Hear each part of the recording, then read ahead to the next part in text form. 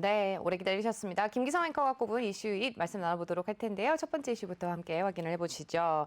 네, 계속해서 백신 이야기가 나오고 있습니다. 백신 접종을 내걸고 관광객을 유치하는 국가들이 있다고요? 네, 앞에서도 우리 이수미 캐스터가 얘기를 했었죠. 그래서 잠깐 말씀을 드리면은 몰디브가 관광객들한테 백신 접종을 해주겠다라고 얘기를 하고 있고요. 그리고 또 미국의 알래스카 같은 경우에는 일단은 내국인들을 대상이다. 다른 주에서 오는 사람들에 대해서 백신을 접종해주겠다 이렇게 얘기를 하고 있습니다. 그런데 미국에 있는 우리 교민들 얘기를 들어볼 것 같으면은 여행객도 어렵지 않게 맞을 수 있다 그럽니다. 그러니까 CVS 같은 데 가가지고 백신 접종을 하기 때문에 신원만 확인이 되면은 꼭 국민 아니더라도 주재원들은 당연히 이 백신을 접종을 하고 있고요. 그래서 사실 이 백신 관광이 이런 어떤 국가 차원이 아니고 개인 차원으로도 확대되지 않겠냐 하는 그런 걱정이 있고요.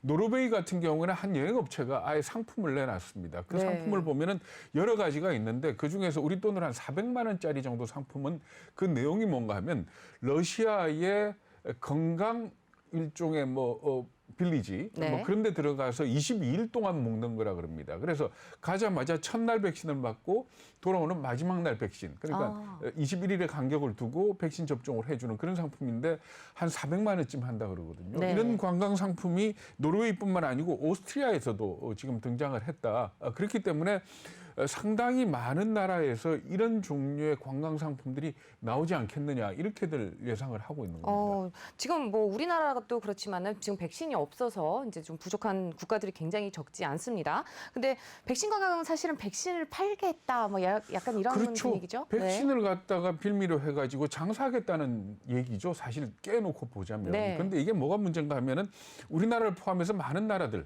특히 저개발 국가 같은 경우는 백신 확보를 못하고 있지 않습니까? 결국은 선진국이나 일부 국가에서 잉여 물량을 가지고 이걸 갖다가 장사에 활용을 한다라는 문제인데 이런 국가 간의 차이에 따른 어떤 문제가 있을 수도 있지만 또 하나는 한번 생각을 해보십시오. 400만 원 주고 러시아의 어떤 좋은 휴양지에 가서 22일 동안 묵을 수 있는 사람이 우리나라에 얼마나 되겠습니까? 예를 들자면. 그러니까 결국은 백신 관광을 통해서 백신을 맞을 수 있다 그러면은 일부 부유층들은 아마 시도를 하지 않겠냐 이렇게들 보고 있는 겁니다. 특히 모더나 백신이나 화이자 백신을 맞을 수 있다 그러면 아마 움직일 거거든요. 이렇게 본다면은 결국은 어떤 사회적인 위화감을 조성할 가능성도 있고 빈부격차에 따른 갈등도 빚어지지 않겠냐 하는 그런 걱정도 있습니다. 네, 상대적으로 좀 빈곤감을 느낄 수도 있을 것 같습니다.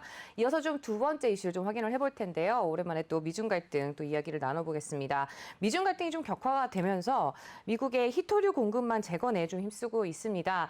성공할 가능성이 높다는 보도가 나왔다면서요? 네, 그렇습니다. CNBC가 보도를 했습니다. 미국의 경제방송이죠. CNBC가 보도를 했는데 그 내용이 뭔가 하면은 사실 미국이 2019년 기준으로 해가지고 히토류 수입 물량의 80%를 중국으로부터 들여옵니다. 그런데 바이든 대통령이 그 히토류를 포함해서 4개 품목에 대한 공급망을 조사해봐라 하는 그런 얘기도 있었고 그리고 또 인프라 투자 계획에 보면은 히토류 얘기가 나오거든요. 그렇기 때문에 과연 미국이 히토류 공급망을 재건할 수 있겠느냐 하는 부분에 대해서 회의적인 시각이 꽤 많습니다. 그런데 CNBC가 보도한 걸 보면은 국제전략문제연구소라는 데의 선임연구원의 말을 인용을 해서 보도를 했는데 그 결과는 뭔가 하면은 상당히 성공 가능성이 높다라는 겁니다. 그러니까 1980년대만 하더라도 히토류에 있어서 미국이 세계 최고 강자였거든요. 그런 생산 경험이 있기 때문에 어렵지 않게 공급망을 갖다 재건을 할 것이다. 이렇게 얘기를 하고 있는 겁니다. 물론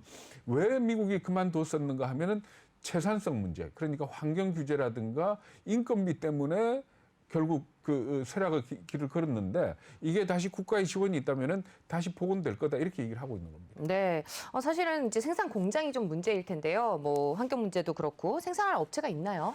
네, 그러니까 미국의 대표적인 그 히토류 생산 업체가 MP 머티리얼즈라는 회사라 그럽니다. 2015년에 이 채상성 때문에 경영난으로 해가지고 문을 닫았다가 2017년에 다시 생산을 재개를 했는데 이 회사가 소유한 마운틴 패스에서 나오는 이 히토류는 세계 최고 품질이라 그럽니다. 그런데 문제는 뭔가 하면은 미국에 현재는 생산 공장이 없기 때문에 그렇게 채굴한 히토류를 전량 중국으로 보내서 중국에서 생산을 해가지고 재수입하는 그런 과정을 겪어왔는데 트럼프 대통령이 그 2017년 중국하고 무역 갈등이 시작되면서 이 회사에다가 자금을 지원을 해서 생산 공장을 지어라라는 그런 쪽으로 가고 있거든요. 그러면서 이 CNBC가 이 회사의 CEO하고 인터뷰를 했더니 내년 말까지 공급망 재건에 아무런 문제가 없다라고 얘기를 할 만큼 상당히 자신 있어 한다 이렇게 얘기를 하고 있고요. 그리고 또 한 업체가 호주의